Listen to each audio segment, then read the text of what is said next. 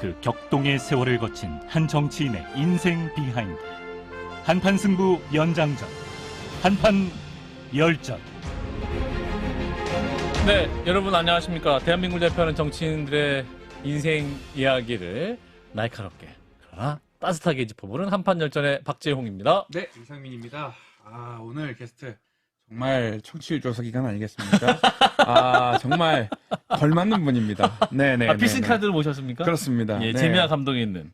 자, 한편 열전 오늘의 보석 같은 게스트 소개해 주실까요? 네, 민주당 역사상 최고의 명대변인입니다. 아하. 그리고 청와대 정무수석까지 지내셨고요. 예. 토탈 4선을 지낸 분입니다. 사선. 재치 있는 언변과 뛰어난 정무 감각으로 유명한 최재성 전 의원님 어서 오십시오. 어서 오십시오. 네, 환영합니다. 안녕하세요. 예, 우리 이상민 크리에이터가 소개해 드렸는데 네. 수성님 어떠셨어요? 마음에 드셨습니까? 아니 이거는 전국 노래잖아. 아, 저거 노래 저는 노래를 해야 되는 줄 알고. 아니, 가끔 노래 준비하시는 분이 있는데, 별로 재미가 없어서 노래는 안 시켜드리고 있습니다. 뭐, 일단 수성님께 일단 흥이 나시면 노래 얼마든지 하셔도 되겠습니다. 네. 제 아들이 가수입니다. 그렇습니다. 그렇군요. 맞아요. 네, 최낙타 그렇죠. 선생님. 그래, 네. 조사 많이 했어요. 네네네네. 저희가 항상 현안 있을 때 또 날카로운 또 인터뷰, 또 가끔 저희 한판 승부 와주시는데, 오늘은 또 우리 의원님의 인생을 한번 돌아보고 또 앞으로의 남은 꿈 무엇인지도 함께 짚어보겠습니다. 자, 네. 그러면 우리 최재성 전 정무수석의 인생의 결정적 순간 첫 번째부터 보겠습니다. 첫 번째입니다.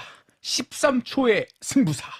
야, 한판 승부. 13초. 승부사. 13초의 네. 승부사. 근데 13초는 또 어떤 의미가 있는지. 13초. 네. 왜 13초입니까? 그 이제 TV 있지 않습니까? 예.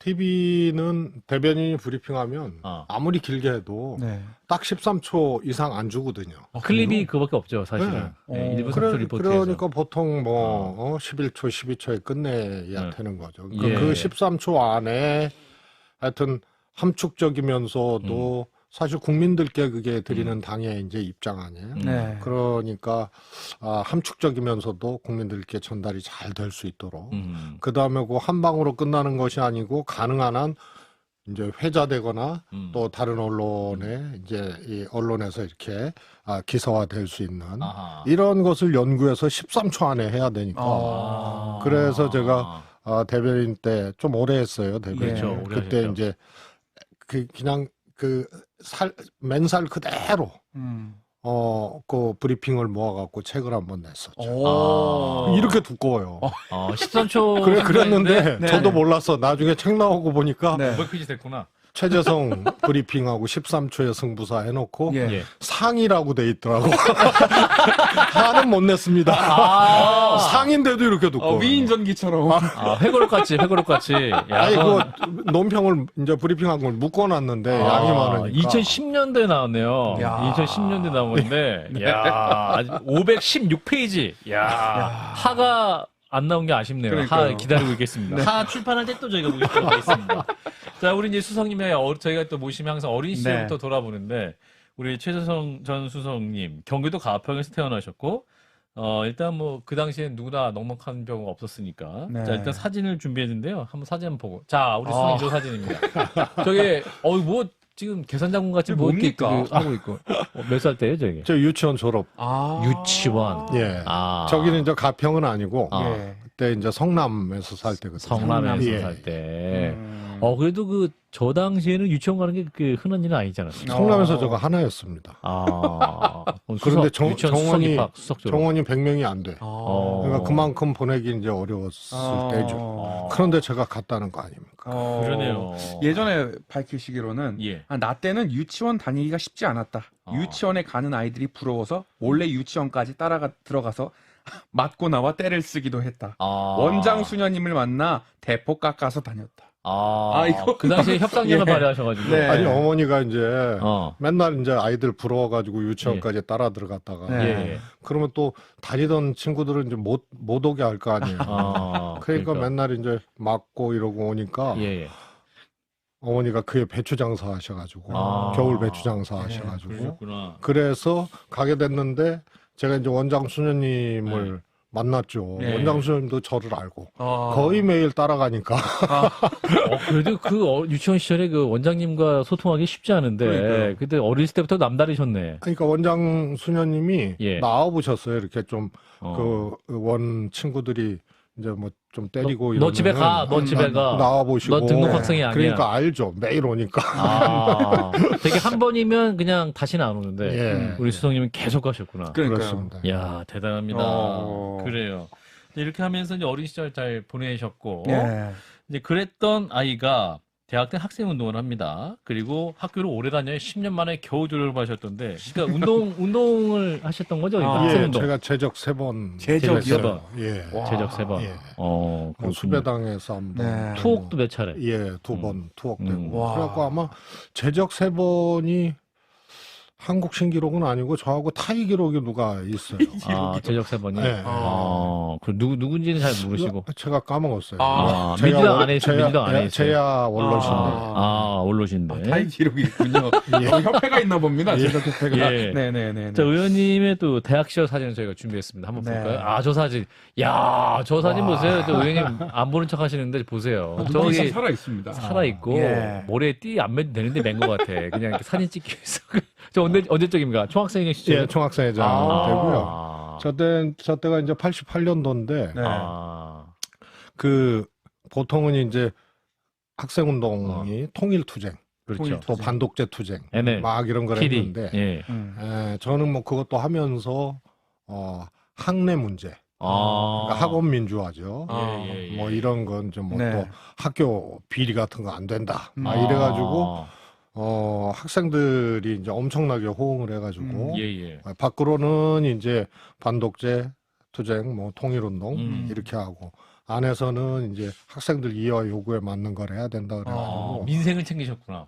뭐 그때는 조금 이례적이어가지고 예. 조금 이제 전대협 내에서 조금 이렇게 비판적인 그런 의견도 있었죠. 통일을 해야 되고 지금 빨리 민주화를 이뤄야 그런데 뭐 되는데. 몇천 명씩 막 저기에 동조를 해주고 아. 함께 해가지고 나중에 예. 소위 말해서 이제 전대협 연대투쟁, 뭐 서총련 연대투쟁 할 때는 예. 동국대가 제일 많이 나갔어요. 그래서 이해와 요구에 잘 부응하고 기반해서 함께 공감해서 하면은 그런 이제 통일운동이나 이제 반독재 투쟁에도 많이 나가게 된다는 걸 그때 경험을 했죠. 그때부터 약간 어떤 정치인으로서 국민과 소통하는 투쟁인가? 방식을 좀 배웠다. 뭐 그렇게 크게 해석할 문제는 아니고요.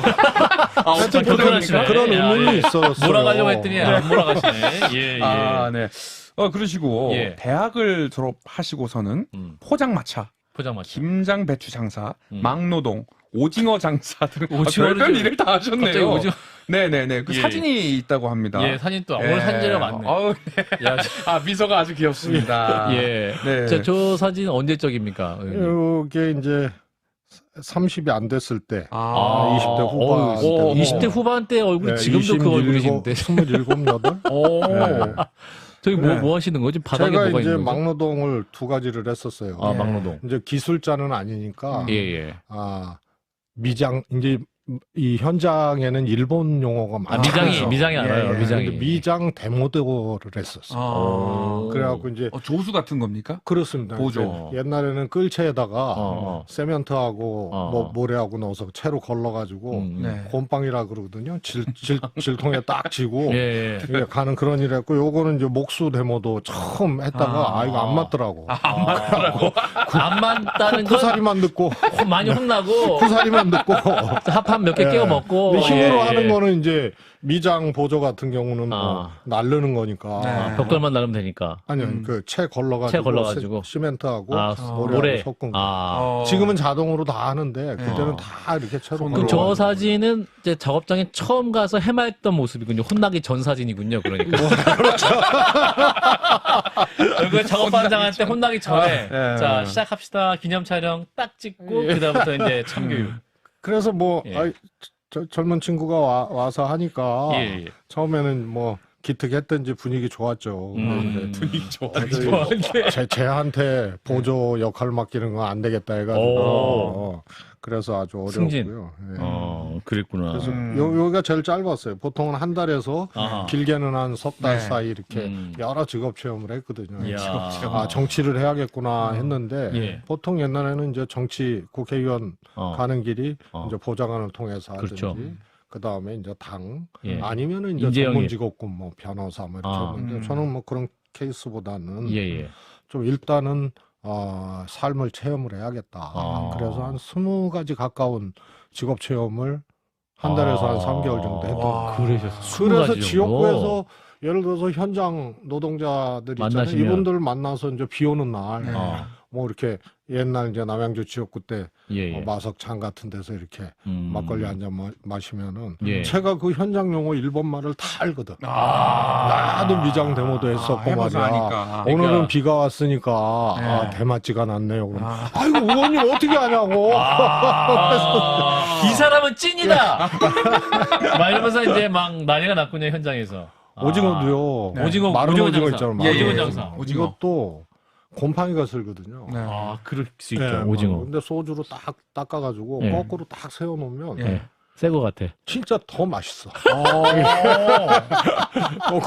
더 그래갖고 맛있어. 말려가지고 예. 소주 엄청 닦아. 싸게 이제 뭐 팔아보기도 하고. 오징어 장사 재밌네. 한 20가지 하셨는데 그러면 그 중에 뭐가 제일 적성에 맞으셨어요? 20가지 중에. 적성은 잘 모르겠고요.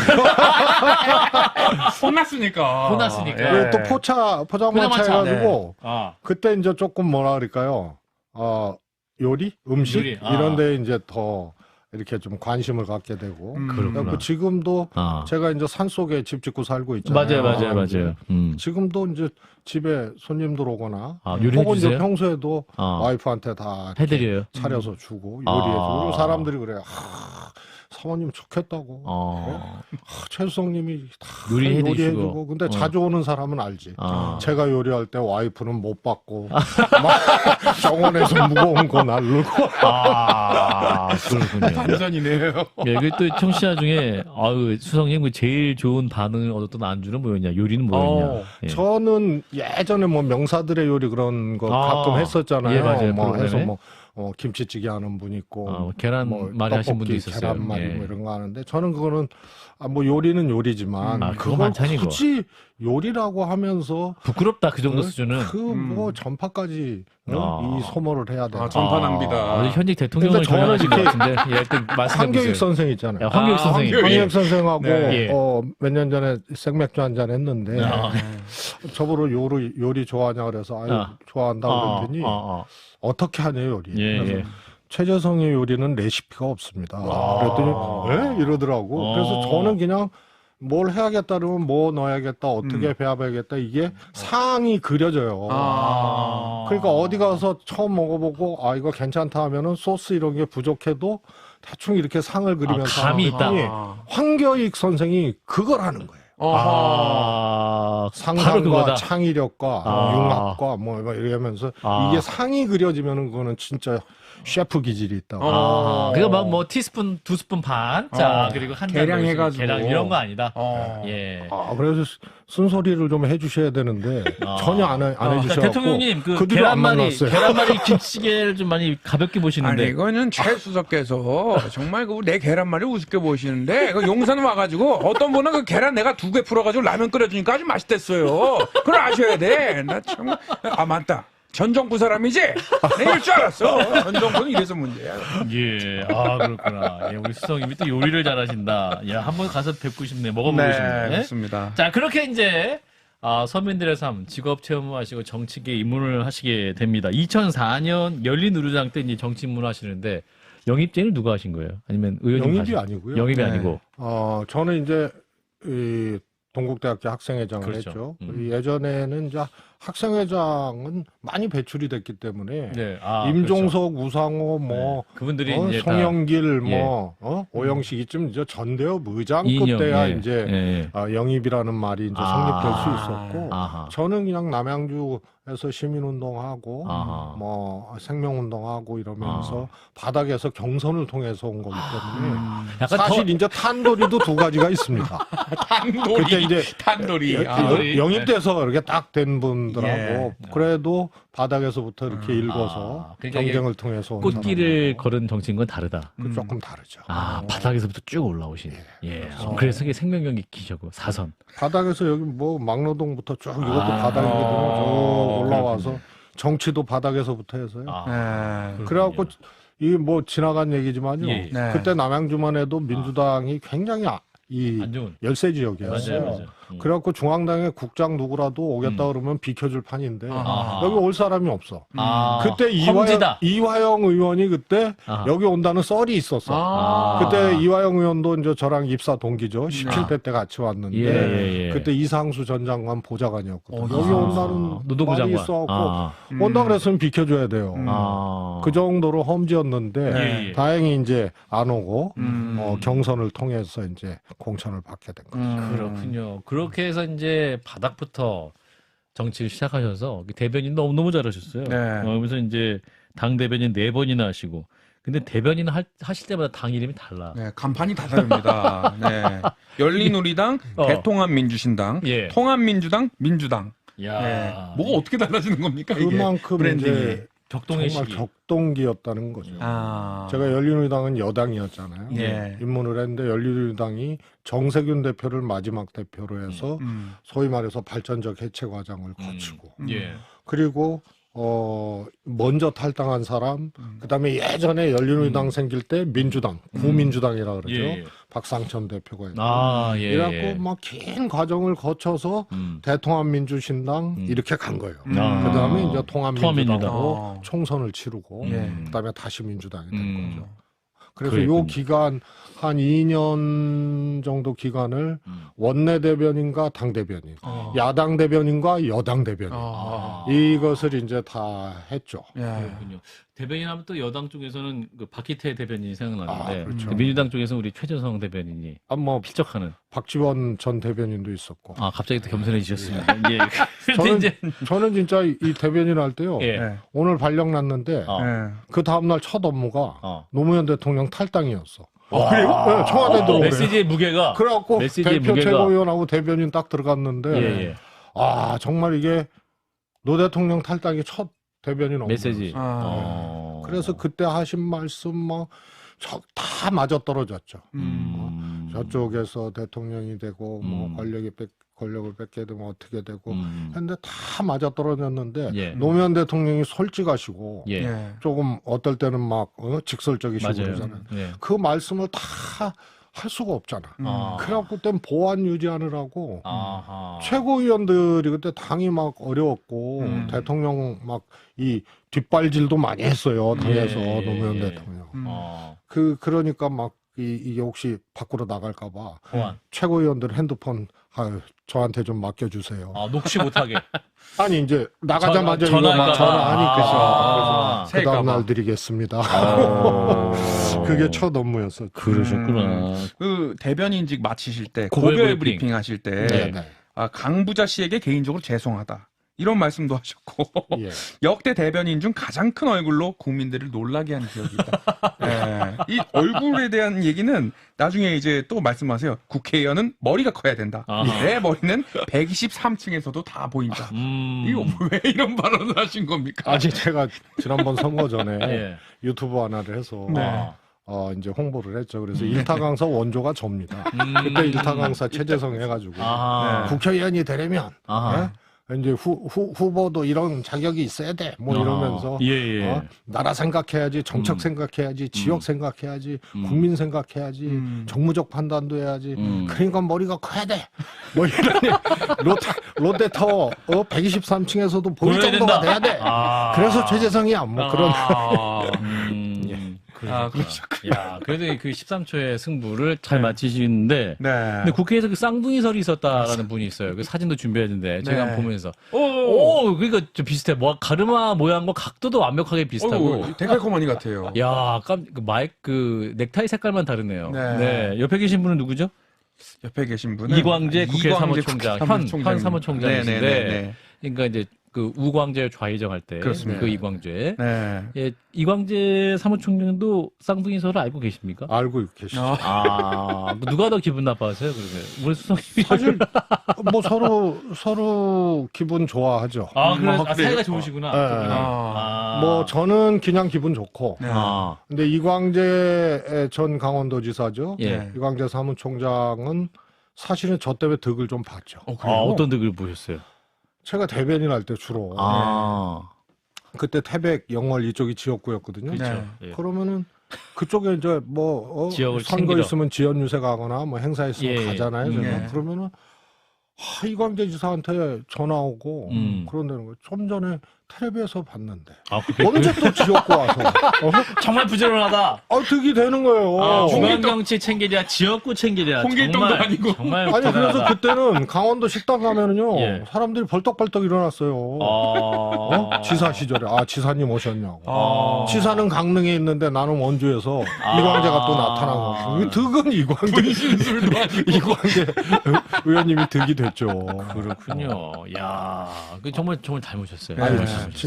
진짜 에피소드가 많아요. 그래요. 닮은 것 때문에. 닮은 것 때문에. 그건 좋게 닮아서 잘 풀린 거고 나쁘게 닮아서 나빴던 건 저는 뭐였어요? 조금 당황스러웠던 적이 몇 번 있어요. 언제였어요? 예.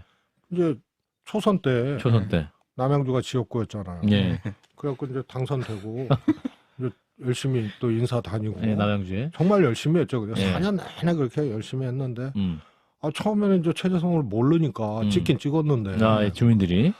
처갓집이 여기요. 그래서 난 그게 무슨 말인지 했더니 이광재인 줄 알고 우리 지역구에서 하도 보이니까. 야. 그리고 한 번은 왜 옮겨? 한 번은 강원인데 왜 옮겨? 공중파 9시 뉴스에서 9시 뉴스에서. 제가 메인으로 나온 거야. 다. 그런데 이광재 지사 안 좋은 뉴스야. 그런데 자료 화면이 내가 나와. 기자들도 헷갈리구나. 기자들도 헷갈려. 에이, 거짓말. 아니 정말 정말 어떻게 그래요? 그게 2008년도예요. 에이. 민주당이 정말 이거 어려워. 이거 MSG 너무 심하다. 아니라니까요. 아니에요? 제가 선거. 2008년도에 민주당이 절단 났잖아요. 81. 그때 네. 선거 뛰고 있는데 선거 뛰고 있는데. 선거 뛰고 있는데 막 전화통이 불이 나요. 그러니까 9시 뉴스에 야, 그 정도로 이광재 지사 안 검찰하면- 좋은 게 났는데 검찰 수사하면 예, 최재성이 메인 화면으로 야, 이게 같은 당이었으니까 좀 덜 화나지. 서로 다른 여기까지는 당이었으면 완전히 사실이고 완전히 사실이고. 그런데 그때 그 기자한테 예, 기자한테. 경위서를 쓰라 그랬더라고요. 보도국장이 쓰라고 그랬더니 했겠죠. 예. 이광재 사진, 내 사진 저거 말고 똑같은 사진이 있어요. 초선 때 사진. 이광재 사진, 최재성 사진 딱 해놓고 어쩌란 말입니까? 이랬더니 국장님 보세요. 제가 헷갈리지 않겠어요, 국장님? 그러네. 뭐 이러면서 그 기자도 큰 징계를 안 받고 넘어갔길 바라겠습니다. 네. 자, 일타 강사 말씀하셨으니까 또 우리 일타 강사하면 또 이제 원희룡 장관이 생각합니다. 원 장관님 잠깐 나와주실까요? 예, 원희룡입니다. 예. 이광재 사무총장과 얼굴이 비슷하고 저하고는 취미가 같습니다. 예. 저랑 국회 목욕탕에서 런닝머신 달렸던 거 기억하세요? 기억 안 하시면 고소하세요. 마라톤 제가 더 빨랐습니다. 마라톤이 이렇게 마라톤. 예. 예, 마라톤 운동도 좋아하시는구나. 예. 마라톤 축구 풀코스? 뭐 풀코스 한 대여섯 번 했죠. 와, 그럼 진짜 잘 뛰시는 거네. 하프코스는 뭐 10,000명 뛰면은 네. 500등 안에는 들었고요. 야, 잘 뛰시는구나. 하프코스가 뭐 1시간 20분 뭐 25분. 야, 기억 좋으시네. 그렇구나. 그래갖고 자, 예. 그때는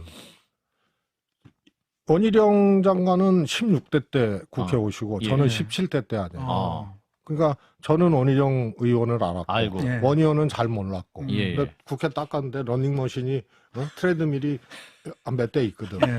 근데 공교롭게 같이 탔는데 나는 책도 낸 것도 알고 있거든. 마라톤 책을 냈어. 맞아. 원희룡 잘 의원. 뛰는.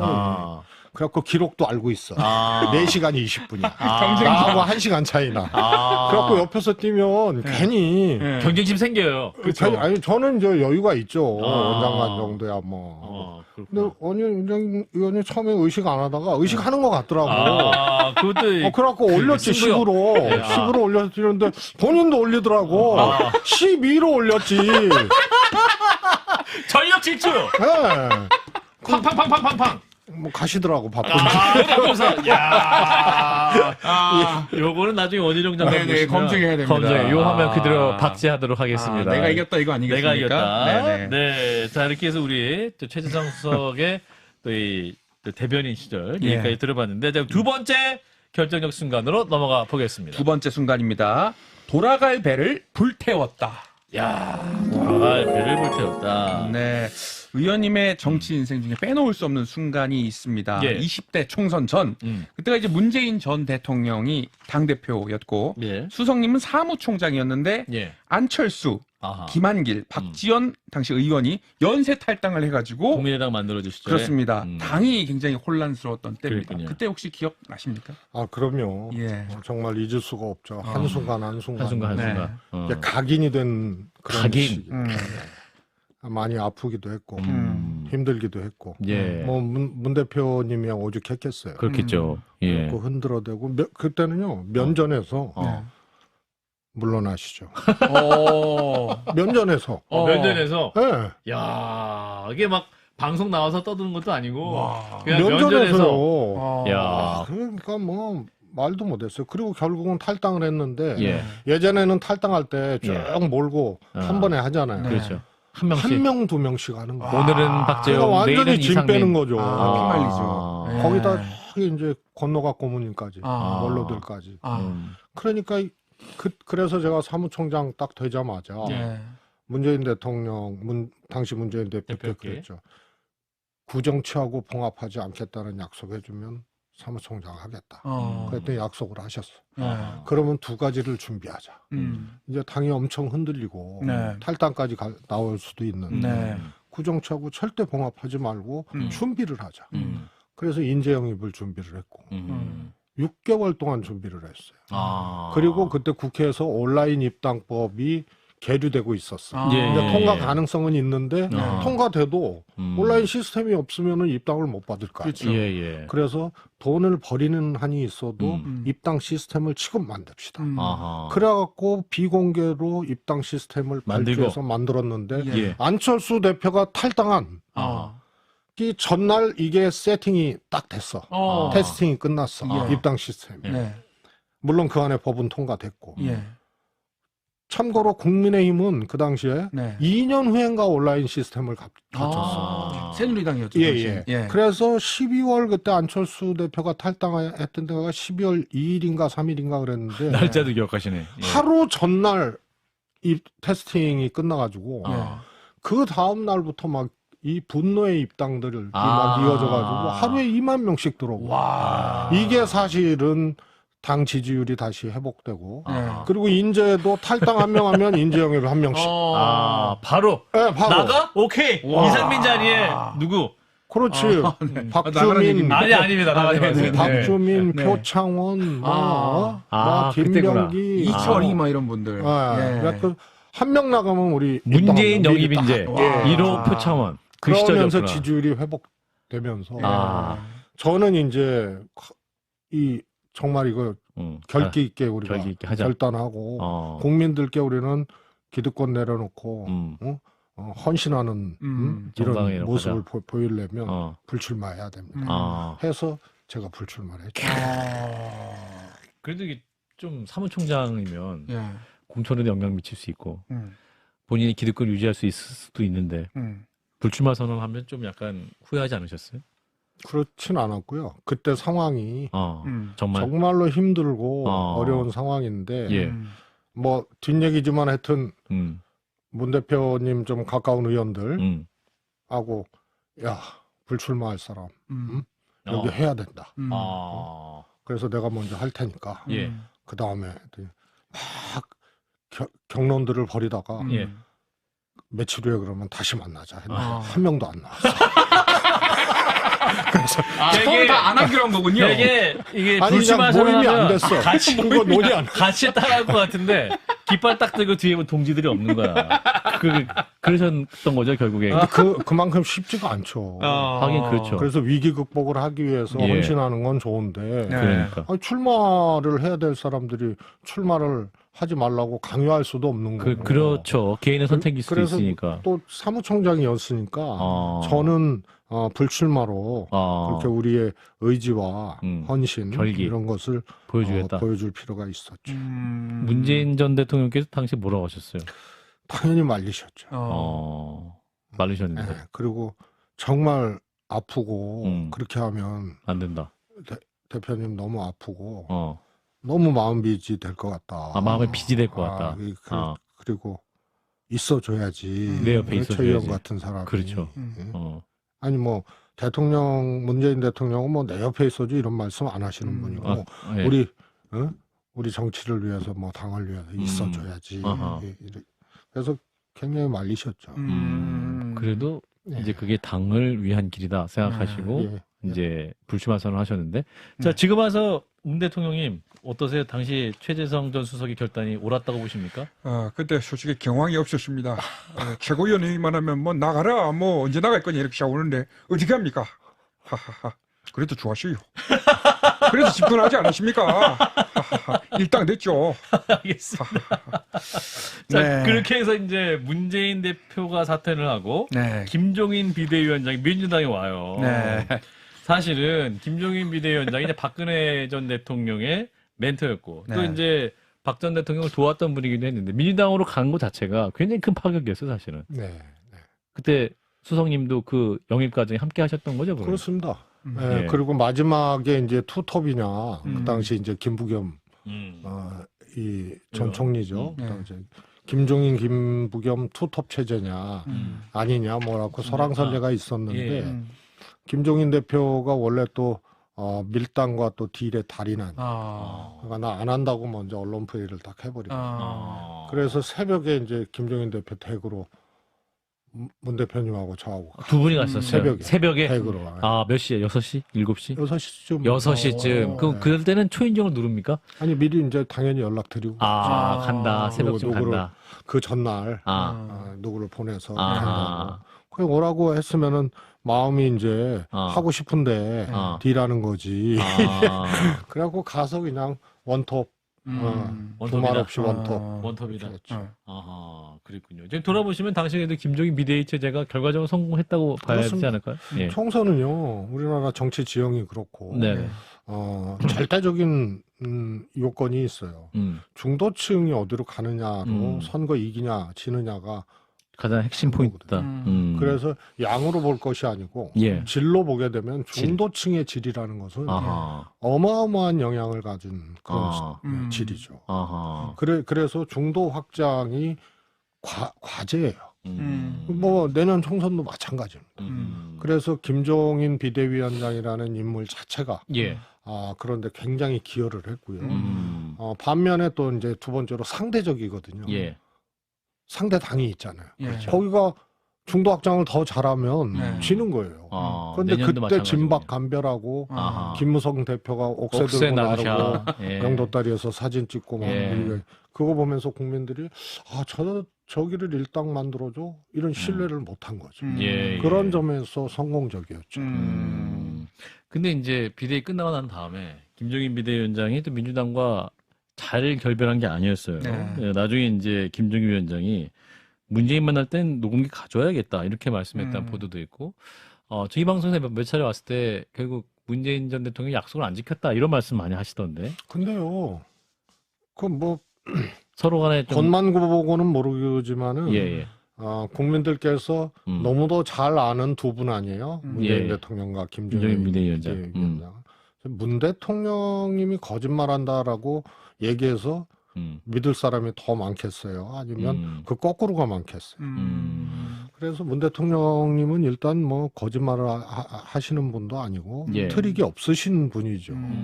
그래서 모르겠어요. 대화상의 어떤 뭐 해석이나 뭐 이런 거 가지고 뭐 또 달리 해석할 수는 있을 수 있죠. 예. 그런데 거짓말을 했다 그 말은 문 대통령한테는 성립되기 어려운 얘기고 약속을 지키지 않았다. 뭐 이런 말들. 아니 그러니까 그것도 거짓말이죠. 그것도 약속했는데 거짓말이다? 안 지켰다. 네네. 그래서 투톱 원톱도 그런 경우죠. 본인들이 해석해가지고 예. 그러니까 신문 보고 정치하지 말고 다른 정치인의 말 전언을 듣고 정치하지 말라 그러잖아요. 예, 그렇죠. 전언을 듣고 투톱이라고 뭐 화내고 안 한다 그러고 그런 건데 문 대통령은 그런 생각이 없으셨거든요, 당시에. 뭐 그런 등등을 얘기하시는 것 같아요. 그렇군요. 여기서 또 한번 나와야 될 것 같아요. 비대위원장님 잠깐 나와주실까요? 안녕하세요. 난 김종인이라고 봐요. 예, 예. 내가 당시에 그 녹음기를 안 챙겨가지고 내가 곤란했다고 보는데, 아니, 내가 그래가지고, 내가 어떻게 보면은 경제 민주화를 갖다가 저기 박근혜 그리고 문재인 두 분한테 속은 거 아니에요? 그렇기 때문에 나는 결국은 국민의힘 비상대책위원장도 했지만은, 네네. 내가 볼 적에는 결국은 금태섭이한테 모두가 모일 거라고 봐요. 그렇다고 봐요. 맞아, 경제민주화 요 얘기인데. 네네네. 사실 김종인 비대위원장은 이 경제민주화를 정말 실현시키고 한국 정치에 또 실천적으로 내놓기를 원했던 것 같아요. 저희가 수차례 인터뷰를 해보면. 근데 박근혜 전 대통령 도울 때도 그 약속 받았는데 안 했다. 또 문재인 전 대통령 같은 경우도 그 부분에 있어서는 좀 명확하게 지켜지지 않았다 이렇게 생각하시는 것 같아요. 그 부분은 아니 근데 경제민주화는 예. 저쪽 국민의힘 쪽에서는 집권했을 때 그것을 중요한 받아들이기 상품이었지. 어렵지만 아하. 민주당이 그럴 리가 있습니까? 아. 그래서 제가 보기에는 아마 그걸 거예요. 비대위원장 하시기 전에 원톱, 투톱. 그 얘기를 남의 말 듣고 투톱으로 오해했을 수 있고요. 예. 또 하나는 이제 비대위원장으로서 총선 승리를 이기고 했고.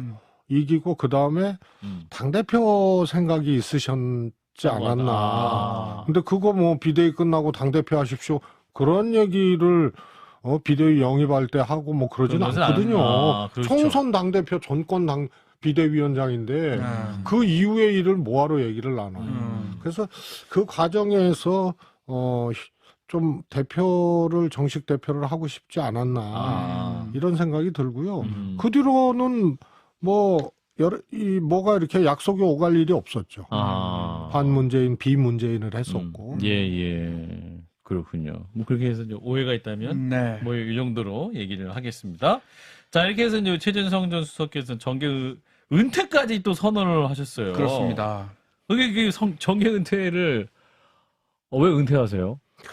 제가 그때 은퇴하면서 뭐 이렇게 올린 글에도 있지만 예. 네. 은퇴 선언하면서 이렇게 쭉 돌아보면 제가 정치에 입문하기 전에 여러 가지 이제 소위 직업 체험하고 20가지 막 이랬던 이상의 건 이제 제 직업. 정치를 할 때 어떻게 해야겠구나 이제 그런 생각이 있었을 거 아니에요. 그리고 이제 민주화 운동을 했고 학생 운동을 했고 그리고 이제 초선이 됐고 그래서 정치를 해야겠다는 분명한 명분과 대의가 있었죠. 예. 근데 이게 이제 선수가 사선. 쌓이면서 예. 그런 것들이 이제 소명이나 명분 이런 것들이 좀 옅어지고 때로는 그것이 이제 굴절되는 경우도 있고 그래서 여기까지구나 싶었습니다. 근데 그 결단하기 쉽지 않은데.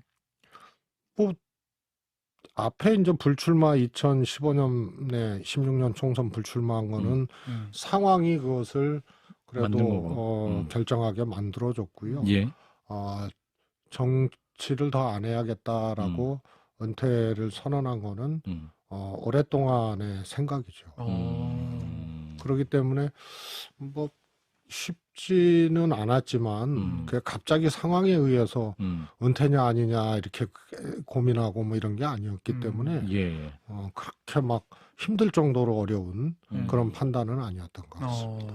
그렇군요. 자, 최재성 전 수석을 만나고 있습니다. 자, 그럼 내 인생의 결정적 순간 세 번째로 넘어가 보겠습니다. 세 번째입니다. 최재성이 말하는 대통령의 정무란. 네. 문재인 정부 때 정무수석을 지내셨으니까 이 문재인 대통령 그리고 윤석열 대통령 이 두 분이 뭐 화법부터 모든 게 다 다르지 않습니까? 식성까지. 네. 어떤 차이가 있다고 보십니까? 식성은 네. 어떻게 다른지 어떻게 네? 하나요? 아니 뭐 이제 네, 알겠어요. 일단 네네네. 네, 알겠습니다. 자, 비교해 주세요. 뭐 윤석열 대통령이야 네. 직접 이렇게 겪지를 않았으니까 예. 이제 보는 모습, 네. 본 모습만 갖고 하나하면 생각할 수밖에 없는데요. 저는 그런 생각이 들어요. 대통령이라는 자리는 공격적이기보다는 방어적인 일이 훨씬 더 많아요. 그렇잖아요. 왜 안 해주냐? 왜 해결 못하냐? 네, 그 다음에 뭐 코로나다. 열심히 코로나 상황 예방하고 극복하기 위해서 관리를 하고 있는데 갑자기 마스크 공급이 생각지도 않게 원활하지 않으면 이거 수습해야 되고 그다음에 매일 국민들한테 브리핑하고 브리핑하고 안심시켜야 되고 그다음에 어디 세제 같은 거 조금 바꾸려 그러면 또 혜택 보는 사람이 법인세, 있는 반면에 부동산 상속세, 이거는 이제 의대 정원 양도세. 늘리는 다 방어적인 거거든요. 예. 그래서 공격적으로 하는 순간 국정은 실패하게 돼 있어요. 방어적으로 해도 이게 민심 관리가 안 되고 이러는데 그래서 대통령은 대통령이 판단하고 오도하는 자리가 아니고 듣고 토론하고 검토하고 그래서 동의가 되면 그 다음에 집행하는 이게 맞는 프로세스다. 근데 윤 대통령님은 아주 전광석화 같이 좋게 얘기하면 판단하고 바로 오더를 하잖아요. 그렇죠. 교육부 장관 보고 때 네. 그만둔 박교육부 장관 취하 연령 5살로 낮추자는 거 보고 받으시고 적극 검토하라고 했는데 난리가 난 거예요. 52시간 마찬가지고. 예. 그래서 공격적이거나 판단하고 바로 오도하고 이런 게 아니고 듣고 토의하고 검토하고 이렇게 해야 되는 신중하게 해야 되는 자리죠. 그런 점이 근본적으로 다른 것 같고요. 이제 정무수석이 대표 취임하면 꽃 갖다 주고 이런 걸로 생각하고 여야 회담 영수회담 이렇게 중간에 심부름하고 예. 물론 그런 일도 해야죠. 예. 그런데 제가 문 대통령님 전에 그러니까 저 전에 강기정 수석이 정무수석이었는데 정무수석 하면은 뭔 말을 해야 되냐고 첫날 예. 그래서 형 나는 제가 이제 사석에서 형이라고 그러죠. 형 나는 정무는 정책의 민심을 입히는 거라고 봐. 정치적인 일정이나 일들을 해나가는 것이 정무이기도 하지만 정책의 민심을 입히는 일이라서 어떤 정책을 하는데 이게 민심 수용이 안 된다. 수용력이 떨어진다. 안 되는 거 아니에요. 그런 걸 정무가 해주는 거다. 그래갖고 청와대에서 이제 첫 출근한 날 이제 인사해야 될 거 아니에요, 정무수석이. 그래서 정책의 민심을 입히는 거다. 강수석이 그렇게 얘기를 했어요. 공감을 했죠. 나중에 문 대통령님이 누가 얘기했냐 그래. 누구 얘기냐 그래서 최재성이가 저는 딱 맞다고 봐요. 그래서 그런 정치 일정을 챙기고 등등 외에도 어떤 정책이 이게 옳지 않다거나 민심 수용력이 떨어진다거나 혹은 1인치 더 들어가면은 반작용이 있다거나 이런 것들을 잘 찾아내서 건의하고 조정하고 하는 역할이 저는 진짜 정무라고 봅니다. 정책에 민심을 입히는 것. 자, 이진복 현 정무수석은 어떻게 평가하십니까? 이를테면 이진복 수석 같은 경우는 지난 국민의힘 당대표 그 과정을 보면 어떤 후보를 향해서는 아무 말도 안 하면 아무 일도 일어나지 않는다. 이렇게 그 말을 한다거나 여러 가지 조언하기도 했었습니다만 또 최근에 여러 가지 대통령의 정책 관련해서 정무수석이 했던 역할을 그래도 짐작하실 것 같은데. 참 그동안 없었던 장면 풍경들이 있죠. 이 정부에서. 정무수석이 국회 와서 공개적으로 여론조사 1등하고 있는 당시 지난번 당대표 선거 때 1등하는 후보를 그냥 저격을 해버리고 정론관에 와서 백브리핑하면서 해버렸거든요. 보통 대표 만나서 그걸 뭘 얘기를 하더라도 당에 오더라도 비공개적으로 그런 일들은 해야 되는데 아예 그냥 기자들 앞에서 들으라고. 그게 나경원 의원이었을 거예요. 그리고 아무 말도 안 하면 아무 일도 없다. 안철수 근데 의원은 이게요 거꾸로 뭔 얘기냐면요. 저 같으면 정무수석 안 해요. 왜냐하면은 대통령이 그렇게 만드는 거예요. 대통령이 정무수석을 쥐잡듯 잡고 있는 거지. 정무수석 입을 막아놓은 거예요. 그러니까 대통령 생각과 말만 가지고 오더 수행만 하는 거죠. 그래서 대통령이 그렇게 만들어 놓고요. 다른 수석들 전 다 마찬가지라고 봐요. 자율성이나 소통이나 대통령하고 건의나 이런 거 저는 불가능하다고 봐요. 그러니까 이진복 수석이 점잖은 분이거든요. 근데 어디 정무수석이 국회에 와가지고 기자들한테 자당의 후보를 그냥 저격해버리고 당대표 후보를 저격한다. 그건 대통령의 오더가 아니면 불가능한 상황이다. 그렇습니다. 최소한 오더 아니면은 행간이죠. 행간. 아니면 그렇게 할 수가 없죠. 그래서 이진복 수석님이 좀 안타까워요. 이제 하여튼 그런 대통령 참모 중에 이제 그런 분들이 저는 속으로는 소갈이 하고 있는 분들이 꽤 있다고. 용산의 아내 지금. 그 이번에 이제 강서구청장 보궐선거 패배 이후에 국민의힘이 큰 내역에 빠진 상황 아니겠습니까? 사실상 이제 일각에서는 공천을 용산이 한 거 아니냐, 김태우 후보에 대해서. 그러면 이 상황에서 이제 정무수석 역할이 좀 부족했다 이렇게 판단해도 될까요? 저는 뭐 정무수석 역할이 없으니까 대통령께 이런 얘기 자체를 꺼내서 혹시 생각하고 계시면 안 된다라든가 뭐 이렇게 얘기할 턱이 저는 없다고 보고요. 의중이 어디고 행간이 어디고 뭐 이런 것을 읽고 그냥 그렇게 했다고 봐요. 근데 사실은 어느 대통령 밑이라도 수석이 되면 대통령을 이제 보좌하는 자리이기 때문에 쓴소리보다는 그래도 대통령의 심기를 거스린 말을 하기 어렵지 않습니까? 원래 우리나라 대통령이 진짜 제왕적 대통령이라고 대통령이다. 하잖아요. 예, 그렇죠. 뭐 미국 대통령에 비하면 권한이 어마어마하죠. 미국 대통령은 사실은 미국은 입법부가 엄청 강해요. 상원 하원이 있고. 우리가 이제 한미 FTA에도 우리는 국회에서 예스냐 노냐만 국회에서 판단을 해서 통과시키는데요. 미국은 미국 의회에서 이거 다시 해와. 그래서 그 협상권을 정부에 빌려주는 거예요. 원래 국회에 있는 거예요. 예산도 편성권이 원래 미국 의회에 있는 건데 이제 대통령 예산이라 그래서 이제 빌려주는 거죠, 예산권을. 그래서 권한 자체는 대한민국이 제왕적이라고 할 정도로 엄청 크죠. 그래서 대통령이라는 자리가 함부로 말하고 일부러 심기를 건들 엄두를 못 내는 자리죠. 우리나라 대통령이. 그러나 그러면은 망하죠. 그래서 대통령이 먼저 물어야 되는 거예요. 이거 괜찮냐?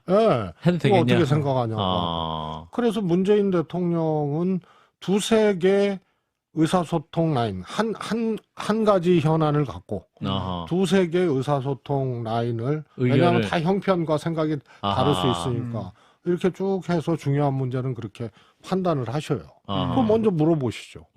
그리고 언제 어떤 문제로 수석 몇 명 회의한다. 어떤 문제로 뭐 상의한다. 어떤 문제로 혼자 와라. 이렇게 하죠. 그러니까 말을 해야 될 준비를 하고 가죠. 그래서 저는 이렇게 불통이고 정무수석이나 수석이 국민들 내지는 여기를 대하는 모습이나 하는 언어나 이런 것들은 하여튼 윤 대통령의 의중이나 생각이 아니면 해명이 안 되는 거예요. 그래서 원인은 대통령 중심제 국가에서는 대통령이 그 자락을 깔아주고 그 문화를 만들어줘야 되는 거지. 그렇지 않으면 누가 대통령한테 덤비고 대통령이 반론하지 말라 이런 분위기인데 어느 사람이 반론해요. 그래서 그건 대통령으로부터 기인하는 문제. 근데 그전까지는 그랬을지 모르지만 대통령께서 강서구청장 재보궐선거 이후에 이런 말을 하셨어요. 국민 소통, 당정 소통, 이거 소통으로 해결해 나가야 됩니다. 이런 발언을 하셨는데 그러면은 더 좋아질 수도 있는 거 아닙니까? 이런 거죠. 강서구청장 보궐선거 이후에 대통령실과 국민의힘이 있잖아요. 정말로 겉돌고 있거든요. 우선은 대통령실에서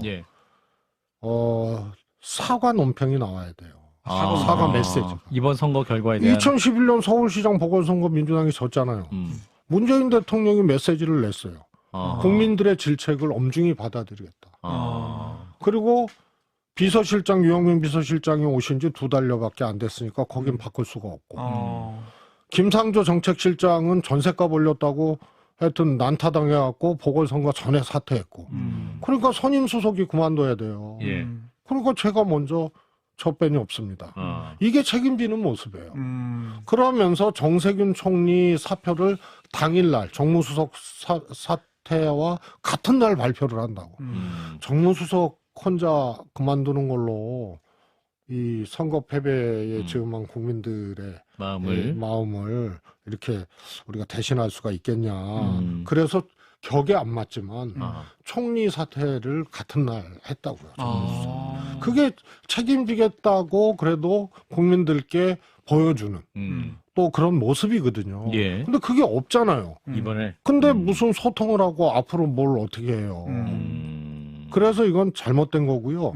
윤 대통령 메시지를 보면 차분하고 뭐 지혜롭게 해서 내실 있는 변화 이런 얘기를 하잖아요. 네. 이 지도부 그냥 놔두라는 얘기예요.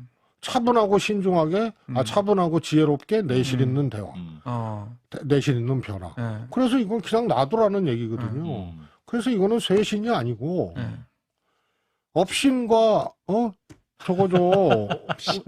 저 국민은 업신여기고 대통령한테는 굽신된 걸 쇄신책이라고 지금 내놓고 있는 거예요. 대통령실에서는 근데 네. 당은 용산만 쳐다보지 말고 쓴소리도 하라라고 대통령실에서 또 이제 당을 향해서 이렇게 메시지가 나왔는데 그 그 메시지도 네. 정말로 잘못된 메시지. 그럴까요? 네. 말만 하면 좀 이렇게 비판하시는 다 아니 왜냐하면은 다 잘못했습니까? 다 잘못한 거예요? 생각 용산에 의한 용산을 위한 용산의 선거였잖아요. 이번에. 네? 왜냐하면 김태우 사면부터 이거는 공천까지 연결이 안 돼도 문제 있는 건데 공천까지 연결이 됐기 때문에 구체적인 과정이 어떻게 됐든 이거는 대통령 이 판단이 아니면은 안 되는 그림이에요. 예. 그렇잖아요. 그랬는데 당에서는 아무 말도 못했거든요. 그때 국민의힘 어땠죠? 그 당시에 무공천 생각하고 있다. 혹은 맞아요. 원인 제공자 공천은 김태우 당사자가 공천은 아예 안 된다. 사면됐어도 저도 심지어는 저거는 총선용 사면이겠구나. 그렇죠. 석 달 만에. 석 달 만에 사면시키고 바로 본인이 보궐선거에 야기시켰는데 거기에 공천 주고 내보냈는데 이거는 상상이 안 가는 거예요. 국민의힘도 그렇게 생각을 했어요. 예. 그런데 꼼짝 못하고 그대로 한 거 아니에요? 예. 그런데 뭘 소통하라고. 그래서 졌잖아요. 예. 그럼 앞으로 할 말 있으면 다 해라. 출장소 대지 말고. 이게 말은. 그래서 첫째 책임지는 모습을 용산에서 먼저 보여야죠. 앞으로 할 말 있으면 다 해봐. 말이 안 되는 대통령님 거죠. 자꾸 이런. 아니 쓴소리 하란 말이야. 편하게 성렬이 형이라며 옛날에는 편하게 하란 말이야. 어디 해봐. 내가 들어줄게. 그렇죠. 그래서 편하게 해. 그래서 저 같으면 예. 우선 그런 거네. 대통령이 예.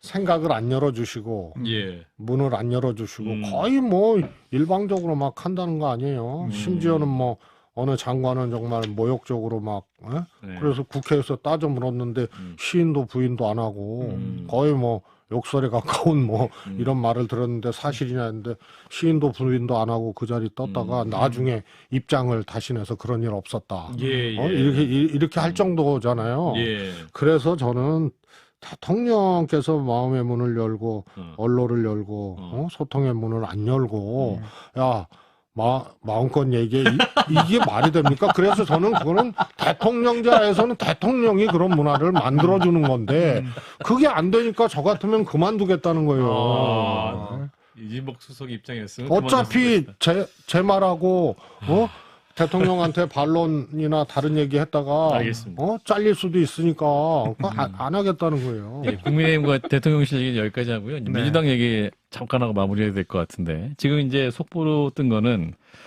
이재명 대표가 친명계의 반대 속에 이제 가결파 그러니까 이제 체포동의안 거겠죠. 가결파에 대해서 징계를 하지 않겠다. 이제 당 통합을 이재명 대표가 이제 퇴원 후에 강조를 했기 때문에 가결파 징계 안 한다라는 입장을 했다는 속보가 있습니다. 수석님은 이 이재명 대표 입장 어떻게 보십니까? 저는 여기서 안 불러줘서 그렇지. 예. 다른 방송 나가서 최근에 메시지를 이재명 대표가 분명하게 통합 메시지를 내야 되는데 듣고 있었습니다. 예. 강서구청장 선거 유세 아픈 몸을 이끌고 나가셔서 했잖아요. 그때 작은 차이를 극복하고 이런 거 갖고는 안 된다. 그래서 징계 이건 민주당에서 징계가 무슨 말이냐. 자기 소신과 생각에 따라서 했는데 그래서 이거 없다고 명료하게 메시지를 내야 된다라고 수차례 얘기했는데요. 제 말 때문에 그러셨던 건 아닌 것 같고 너무너무 잘한 메시지예요. 너무너무 잘한 메시지다. 일단은 속보로 더 이상 좋을 수가 없어. 더 이상 좋을 수가 네. 없다. 타이밍도 그렇고 야, 그 저거 메시지도 명료하고. 이 수석님의 메시지를 또 바로 저희가 속보로 내야겠네요. 최재성, 이재명 대표의 가결파 징계 안 한다. 너무너무 잘한 메시지다. 최재성, 최재성. 이재명 잘했어. 그러면은요, 제가 그 대변인 마지막 브리핑 때 네, 너무너무 잘했어. 강부자 선생님께 죄송합니다. 했어요. 맞아요. 실제로 뵀는데 네. 강부자 정권을 제가 처음 썼잖아요. 이명박 정권 때 맞아요. 그랬더니 강남 부자, 네. 예, 뭐 그렇죠. 예. 그랬더니 강부자 선생님이 예. 최재성 의원님 앞으로 강부자 정권이라는 말 좀 쓰지 마세요 그러더라고요. 아. 저하고도 잘 알아요. 아. 선배 국회의원 아닙니까 또? 그렇죠. 강부자 의원. 아. 예. 그래갖고 어느 이제 그 장미화 선생 이제 네. 이 자선 콘서트에 갔는데 거기서 뵀는데 그 전에 몇 번 뵀었고 그래갖고 정색을 하고 얘기하셔가지고 저는 안 하겠습니다. 그래갖고 저는 실제로 안 했어. 근데 왜냐하면 제가 쓰고 얼마 안 있어갖고 거의 보통 명사화 됐거든요. 그러니까요. 그냥 다 그때 강부자 정권. 뭐 그래서 그 고소영내가. 얘기를 마지막 브리핑 때 했더니 예. 뉴스에서 그때는 고별 브리핑은 다 기사를 내줬어요. 최재성, 강부자에게 미안 이렇게 제목을 뽑았어요. 그래갖고 이게 포털 사이트에 올라오니까 이게 탤런트 최재성인지 탤런트 최재성이 강부자 선생한테 뭐가 미안하지 해서 한 번씩 전부 클릭해가지고 하루 종일 포털 사이트 1등이었어요 검색. 눈동자. 이번에도 예. 예. 예. 최재성, 이재명 너무 잘했어. 이것도 여명의 눈동자일 수 있다? 아니에요. 이제 최재성 수석께서 하신 말씀으로 다 이해하시고. 네, 사진 보면 또 이광재 총장. 그러니까 또 있겠다. 네, 머리 지끈지끈거리겠네요. 네. 예, 좋습니다. 왜 이게 수석님 얘기하다 보니까 그냥 벌써 한 시간이 다 그렇습니다. 가버렸는데. 너무 빨랐어요. 예. 자, 그러면 이런 상태에서 내년 총선 치르면 민주당이 선거 전망에 박다? 이재명 대표가 오늘처럼만 오늘처럼만 이렇게 하면 이렇게 하면. 저는 밝다고 보고요. 예. 저는 소위 말해서 검찰의 체포영장, 체포동의안이라든가 등등등 소위 말해서 사법 리스크 있잖아요. 이거는 민주당이 무조건 싸워야 된다고 보고요. 이재명 대표로 총선 치를 수 있느냐 없느냐의 문제는 민심이 안 된다고 하고 당 지지도가 추락하고 이러면 못 치르는 거예요. 그거를 기준으로 판단을 해야지. 민심을 기준으로 판단해야지. 이건 무슨 영장이나 이런 거 갖고 하면 안 된다. 그런데 지금 보궐선거 이기고 예. 추이가 좋잖아요. 그렇죠. 그러면 이제 남은 거는 뭐냐면은 선거를 치르는 그 정당의 모습.